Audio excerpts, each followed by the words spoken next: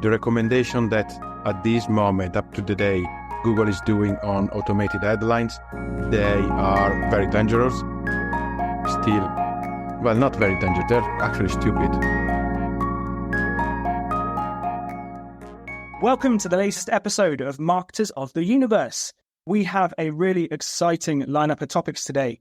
We're starting by exploring a recent report released by the Adaptavist Group called Digital Etiquette, Mind the Generational Gap. We are going to look at how we think that can affect those in the marketing space and beyond. That conversation is going to be led by our digital marketing coordinator, Fraya Willcocks. After that, we are jumping into Performance Max with the Brew Digital paid media managers. Nasya and Nasseira will be leading a conversation around whether Performance Max is actually any good. It is nearing the end of May already, and for me, that means that I will soon be going on paternity leave. So you can expect from our episodes in June and July that you'll have a new host. Hopefully they won't outshine me and I'll be back in August, but we'll have to wait and see. For now though, let's get on with the podcast.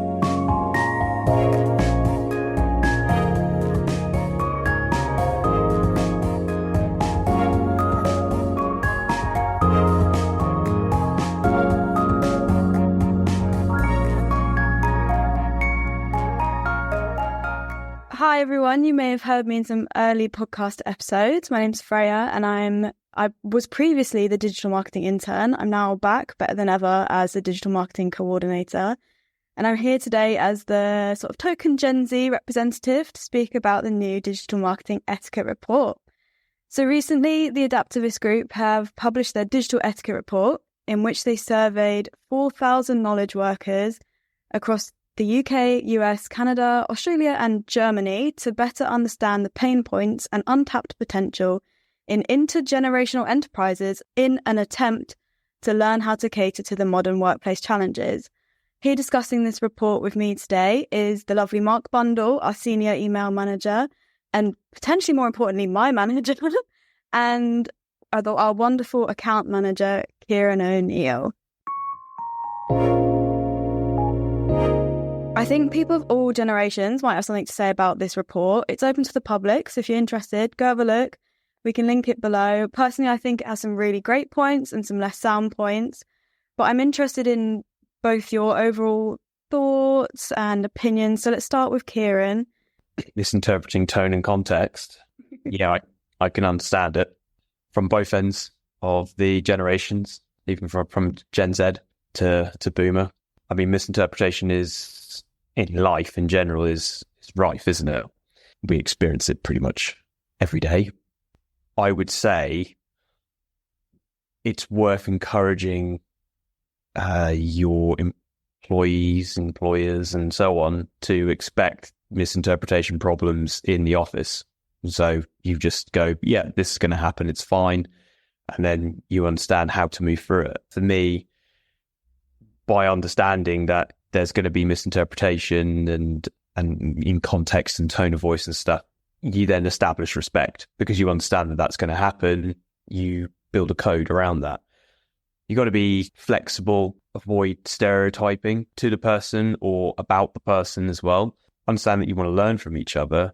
In some cases, you can tailor your communication style as well. All of those things will help you stop misinterpreting tone and context. Pretty early on in the report, it states that 43% of people say that misinterpreting tone or context is one of the biggest issues they face when it comes to working with different generations. I would have to agree for me personally that misinterpreting tone and context is definitely something that I deal with. I can't lie, this often leads to me sending large amounts of smiley faces to people so they understand that I'm not angry or upset, especially if I'm correcting people. So if you've ever had an email review from me, you'll see what I mean. But I'm interested to see your opinion here, Mark, as well on tackling tone and context, especially when it comes to remote work. Yeah, I think what Kieran said about tailoring is probably the key for me. Emojis are definitely king amongst younger kind of generations, I think.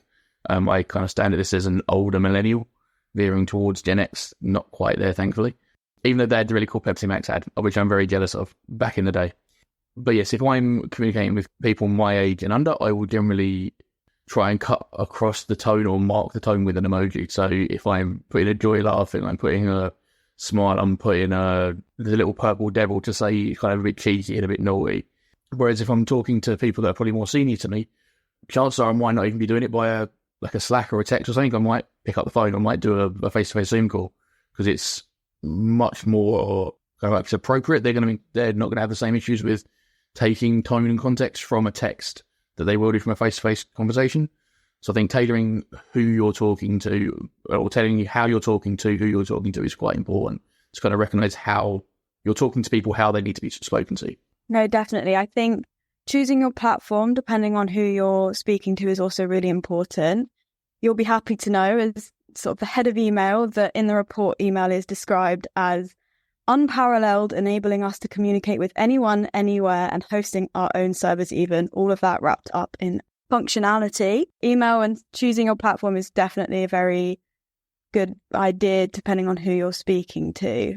This report also looks into how remote work and hybrid work / flexible scheduling opportunities affect each generation, considering different preferences and obligations amongst each age group. Do you think there's a way that businesses can support their employees more, especially the ones who may struggle to work from home, for instance, or adapt to hybrid work using software such as Slack, etc.? Let's start with Kieran. I mean, it's interesting, isn't it? There's been a lot around this since, especially since COVID happened and remote working and flexible became the norm. Every generation has, different priorities now. Gen Z have less dependence than millennials and Gen X, which changes potentially how they look at work-life balance and how they look at remote working and so on. But there isn't really a massive difference between each generation because there's benefits for everyone there. I think companies need to just understand what those benefits mean to each individual generation to ensure that they're comfortable in the office and at home and just in the workforce in general. They're being catered to. No, completely. I mean, what I've seen and what I've read with nearly all generations are enjoying hybrid working because it allows them to get things done around the house while still working effectively. They can tend to the kids, for instance. And for many of the generations, they enjoy the fact that they're not having to rat race it across the city, which saves them time, it saves them money, keeps everyone's blood pressure a bit lower. Very true. That's a very good point. Mark, have you got any thoughts? Yeah, don't miss commuting at all. An extra hour in the morning, in the evening, just to scream at traffic. I'm going to call out a company called the Inclusive, I think they're called the Inclusive Workplace Company now. They work for Flexpo, which is run by a former colleague. And they work on the basis of the hybrid working, remote working isn't kind of the only thing that you need to take into account for stuff like this. So to make sure you're a properly inclusive workplace that is across generations, across genders, etc., etc. There's other things to consider as well. So it might be that for Gen Z, for example, that working hours are more important. Like being flexible on that because you want to knock out a gym routine in the first thing in the morning, and so you want to start at 10. Whereas remote working for parents might be brilliant for kind of the millennials and the X's, so that they can stay home and they can kind of have someone in the house loosely supervising children while they work. So yeah, there's different SQLs, different benefits for different generations, I think, and it's just being able to support everyone how they're doing their thing. Being able to come on things like a Slack and being able to have Zoom calls, brilliant. It creates some communication. But I think actually having physical offices as well is still really important. Or if you're a smaller company, having a shared workspace that you use that you can go into. So that if people do want to meet up, they do want to have those water cooler moments, as they're called. That's really beneficial as well because some people still want and still need that. And looking back to our last podcast where we talked about mental health for May, I think it really benefits that as well. If you need those social moments, you need that connection to still be able to have it. No, 100%. I agree. I actually personally have only ever, apart from retail roles, have only ever worked remote or hybrid. So it's really interesting to get your perspective as someone who has worked in the office 9 to 5 days a week, and someone who now works fully remote. And I can definitely see the value of having an office or a location that you can go to and meet in person, because Zoom and Slack is great, but in person is just another level of depth. And leading on from your point on mental health, some of the stereotypes that are flagged in this report can potentially be quite harmful. These stereotypes are things such as Gen Z being depicted as lazy, as well as being easily distracted. Easily distracted also, this stereotype also stretches to millennials. Do you think this is for any specific reason? And is there a way that millennials, Gen Z can help fight this and break the stereotype a little bit? This is one of those cases where the people doing the research are the important thing, and their generation and their biases. Because yes, millennials, Gen Z are less work focused. I think that's fair to say. There are other priorities. We've got lives, we have mental health, we want balance. We don't just expect to commit to one company for 20 years and crack on with this career growth and progression and jumping around. But if you are, as an older person taking on this research and doing this research, you're seeing these people spending more time on the screen, more times away from their desk, doing other things and going, well, that's lazy. It's like, it's not, it's just different. I think it's making sure that we try and take those research biases out, which is obviously an incredibly difficult thing to do. But yeah, the stereotypes are stereotypes. And yeah, okay, there's probably a grounding for some of it. But a lot of it just depends on what lens you look at it through. Have you got any thoughts, Kieran?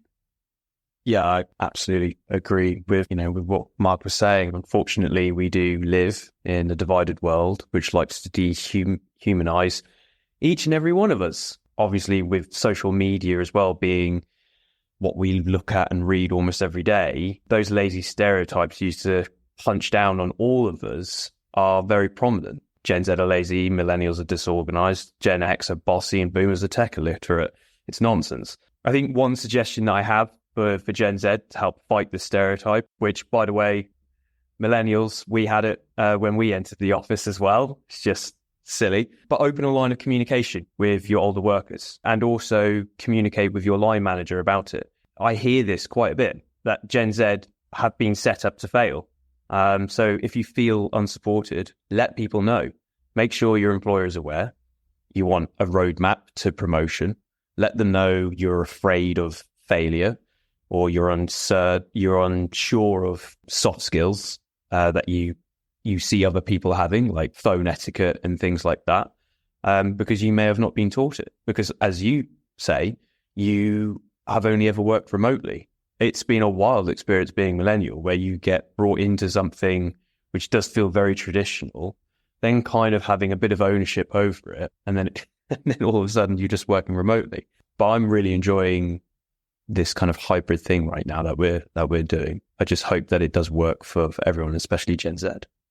You both have some very, very good points. I think the reason some of the stereotypes have come about is that people are forgetting that Gen Z, some of their most formative years were COVID. For me personally, I was 18 through to 21 in lockdown. And that is when you're supposed to be doing the majority of your socializing. That is your first 2 years of uni I spent in my uni room, locked down during COVID. So people need to go easy on Gen Z for a little bit. Anyway, my final question, and a bit of a fun one. A bizarre fact that has come out of this report is that 50% of workers feel annoyed when their younger colleagues don't have a pen. I know it doesn't really apply to us because we work from home the majority of the time, but quick fire, yes or no, in an office situation, would someone not having a pen annoy you? Mark? Yes, and that's why I bring spares. Okay, Kieran? No, I can type on my phone or my Mac far quicker than I can write, so I don't care. And that's why Mark's bringing your pen into the office for you.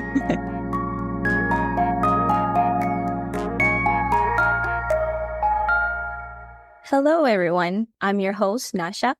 Now, typically, you'll find me on the other side answering questions and diving into topics, but today we're switching things up a little bit because I'm in the hot seat as your host, and I couldn't be more excited.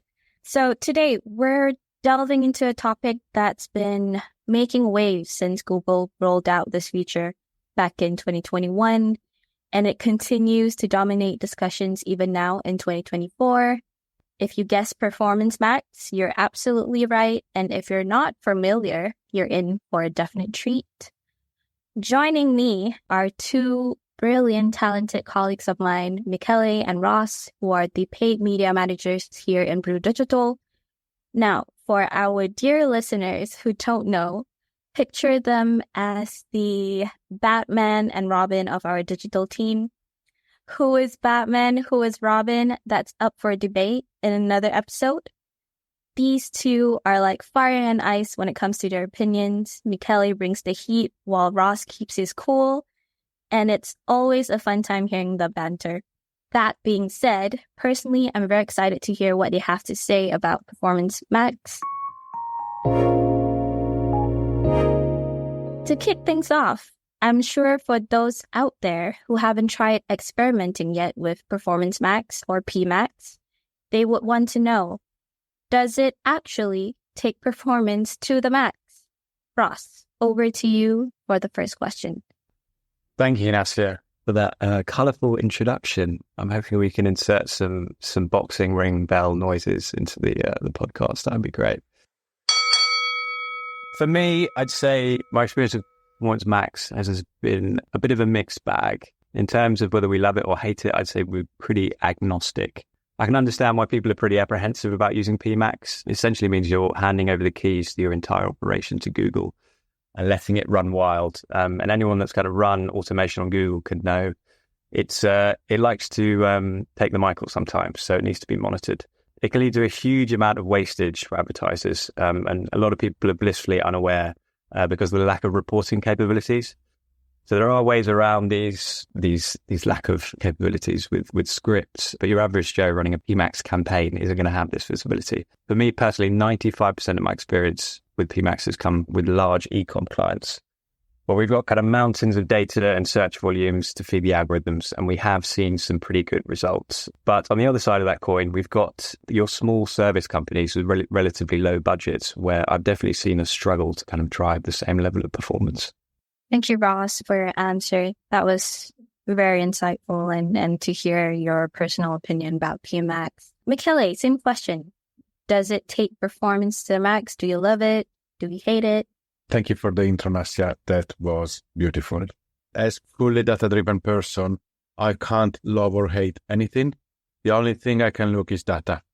So no space for emotions or feelings. The real question is, does it work or does it not work? Now, the way I try to explain clients how PMax works is like a sports car, one of the fastest that you can imagine. If you put them on a circuit, it will reach the highest performances. Put the same car on a country road, you won't go anywhere. So Performance Max is the same. If you pave the way and prepare everything around it, it will always perform well. If you want to use it and you don't give it all the necessities that it requires, it won't take it to the max. It will just waste your money. That was brilliant, Michele. I love the sports car analogy. Okay, so moving on to the next question. This is a sentiment that's been buzzing around everywhere, from LinkedIn discussions to various forums and even other podcasts while I was researching more about PMax. So the general sentiment that I see going on, and here's the statement: don't use PMax for lead gen or non-e-commerce campaigns. Now, Michele, I'm curious to hear your take on this. Do you agree, disagree, and most importantly, why? I disagree. I discovered recently that actually Performance Max work better for lead gen than e-commerce, mainly because you want leads and you don't care as much how you get them, from what I've experienced so far. On an e-commerce based background, Performance Max will limit in a way all your learnings. I'm not saying not use it. It's you can. If you have to choose, prioritize it for lead gen, just because the journey to a conversion is somehow different, where if a standard e-commerce purchase just follow a straight necessity, a lead gen may require a longer journey. The algorithm of Performance Max will understand better the journey, in my opinion. Interesting perspective, Michele. It's clear we see the versatility in Performance Max. There are pros and cons there. I guess we just have to know how to apply it. So Ross, I'm eager to hear your thoughts on this. Yeah, I think it's important to add a bit of context here, and that for e-commerce PMax campaigns, we know the value of each conversion, which is the revenue from the sale that's attributed, whether that be a hat or a bath or whatever you're selling. But when we talk about lead generation, the main problem we have is kind of lead quality. And this can be so drastically different from one lead to the next. And Google can't necessarily distinguish between high quality and poor quality leads, which again presents a problem from an optimization standpoint. How can you ensure that your lead quality is there moving forwards if you don't have that visibility? One optimization we can do is to integrate customer relationship management tools, CRM, so we can import offline conversion data, whether it's Salesforce, Pipedrive, or in Adaptavist case, HubSpot, successfully linking this to Google Ads, which means we can enrich the campaigns with data and help Google understand lead conversion quality. So yeah, it's all about kind of making sure your audience signals are on point, so to speak. Interesting take. Thank you so much, both. All right. The next statement, it's rather a controversial quote from a well-known marketer that's just begging for some discussion. I would not name the marketer. If you know, you know. So when Google first unveiled Performance Max, the idea was to cater to those businesses or individuals who didn't have the necessary skills or expertise to navigate the platform fully. Well, this marketer has stirred up the pot with the statement, Performance Max is perfect for people who don't have the time or knowledge to optimize their campaigns. Now, that's quite a bold claim, and I'm very eager to hear what our experts think about it. Yes, I think the main thing for Performance Max that's got going for it is that it's accessible. So they're very easy to set up. That's the appeal. It's the equivalent of a plug and play campaign. I think the main idea that people have is that you don't need an agency to run PMax. But that being said, it's definitely not a set and forget campaign, which I think is the mistake that a lot of people make. You still have to optimize PMax campaigns, as Michele mentioned in the last segment, to eke the best performance. And I would argue that PMax has made things even harder to optimize with the lack of variables. Google actually lists one of their benefits to PMax as transparent insights. But with almost any other campaign format, you can quickly identify areas that can be optimized, keyword scheduling, audiences, whereas PMax just doesn't give you this freedom. When PMax first launched, I just want to mention as well, you can even add negatives. I remember flagging this to support, and they just said, yeah, there's nothing we can do, sorry. So that used to be the general sentiment. So I would adjust Mr. Patel's statement to PMax is perfect for people whose mantra is ignorance is bliss, where they're not concerned with their campaign performance. I thought we said not mention names. I heard the name drop. Michele, what are your thoughts on Mr. Patel's statement? What I can tell about my personal experience is that I had the chance to work for a very big company in UK, and we were Google tester. So we had the chance to use Performance Max 6 months before it was released to the public. Now, what probably Mr. Patel didn't consider is the fact that Google has products to sell. If these products don't work, they will get changed. I'm talking about a bit old marketers now. If you remember smart shopping campaigns, so they came as the evolution and the solution of bringing shopping campaign to a next level. We tried it for a couple of years. They didn't work. So that's when Google decided to evolve them into Performance Max and mix them with display, discovery, video, and just put all together. Now, if this campaign type wasn't really working, after 3 years, Google would already have released a different campaign type. So if they are not working, it's probably because we don't fully prepare the way. They are easier to use. No, I think to set up Performance Max campaign is one of the most difficult things to do because of all the requirements. Ross mentioned some of them. There's plenty of elements that you need to have ready, whether it's lead generation only or e-commerce, where you need to link all your data feed for shopping products, etc. So I would not say that Performance Max is a passepartout that you can use when you don't know what to do. Thank you both for your insightful take on this. It's clear that while Performance Max may offer some form of convenience, it's not a one-size-fits-all solution. And I would say understanding the platform remains important for maximizing its effectiveness in any sort of platform. You must know how to use it properly. Okay, so now that we've unpacked PMax a bit, thank you both for sharing your insights. So let's dive a little deeper. This question is especially helpful for our dear listeners who are interested in launching their first PMax campaign. When is the best case to use Performance Max and when to avoid it? Things to do when you want to launch a Performance Max campaign, there's different steps. The basic one is to set up everything as Google tells you to do. Just follow the instructions. You can't go wrong there. Once you've finished, you need to improve those. You need to have, since the beginning, clear objectives. You need to understand the budget for your campaign. You need to decide before going live if you want to optimize per conversion value or conversion volume. This makes a massive difference in the algorithm. You need to know at the beginning what you're selling. Am I selling products or I want to convert leads? Those are fundamental questions that you know you have to answer before starting. If we want to go in a bit more specialized way, the concept modes that Ross mentioned before, especially if you are targeting in Europe and UK, make sure all your conversion tracking are properly set up. And you need to understand the difference in your marketing objective.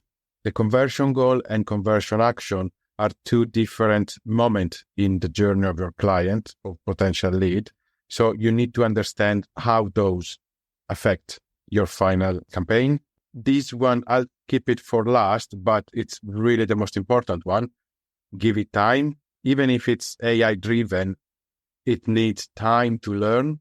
Don't put it live and post it after 2 days if you don't see results. It may need even 2 or 3 weeks. Be upfront immediately if you're setting up for a client.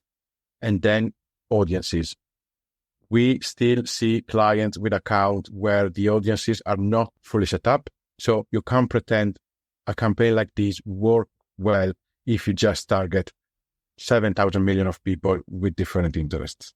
Over to you, Ross. I think maybe it's better if I talk about areas to avoid, because Michele just expertly explained the best scenario for setting it up. One common mistake that you see people making is that people think you don't need to run PMax alongside other activities. So they'll be pausing their search or discovery campaigns. This is not necessarily the best practice. And I think if you pause search campaigns, for instance, you can end up jeopardizing campaign reach and performance because PMax does not use keywords the same way that search does, or any format in that thing. So it's important to recognize the distinction between PMax and other campaigns. It's not all things to all men campaign.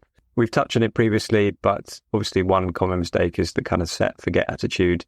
You do have to make adjustments. What little freedom you do get, you're going to have to make optimizations to eke the best performance out of it. Give it time. Don't pause your campaigns immediately and fully set up your audience right. Thank you so much, Rob. To wrap up our discussion, and I believe this question will benefit both newcomers and seasoned marketers alike. Michele, Ross, I'm excited to hear your best quick tips on how to structure Performance Max campaigns, whether it's about creative approach, bidding strategies, budget, optimization, frequency, maybe your top 3 to 4 best quick tips. First tip, categorize. Don't include different categories in the same campaign. I know it could be easy, but try to separate type of product in categories. The more granular you can go, the more your algorithm will be able to serve the ads to the right person. Try to start from macro category and then split the lower you go. Assets refresh. It takes time to write 15 headlines and 4 descriptions as Google requires, but you will have results on those. And after 2 or 3 weeks, you should consider to refresh all those elements. So don't launch the campaign and then when Black Friday approach reminds, oh yeah, maybe I should change something. Don't tell Google I told you, but try to avoid to use their suggestions. The recommendation that at this moment, up to the day, Google is doing on automated headlines, they are very dangerous. Still, well, not very dangerous. They're actually stupid. They are not able to understand really what you need. So keep your human people writing your ads. Don't trust the AI. Anything else I'm missing, Ross? One thing maybe to keep in mind is when you're kind of setting your bidding goals, set a realistic goal, hopefully based off previous results. I think a lot of people's instinct tends to be they'll reach for the stars and they'll set a goal, say, to achieve an 800% ROAS when they've never achieved anything like this in the past. And what this means, if you're kind of setting a target ROAS too high or a CPA target too low, all you're doing is just limiting the discovery section of the campaign. It just means you'll be no longer discovering new audiences because Google's just desperately trying to achieve this unrealistic target. One thing to keep in mind is to stop optimizing every week. I think Kelly mentioned it in the last segment. Google's cadence for learning phase is supposedly 6 weeks. Well, at least that's what they said in the latest update. And every time you make a major change to a campaign, this resets. So you're just kind of pushing it back into learning phase every time. You do have to give it time to get the best results.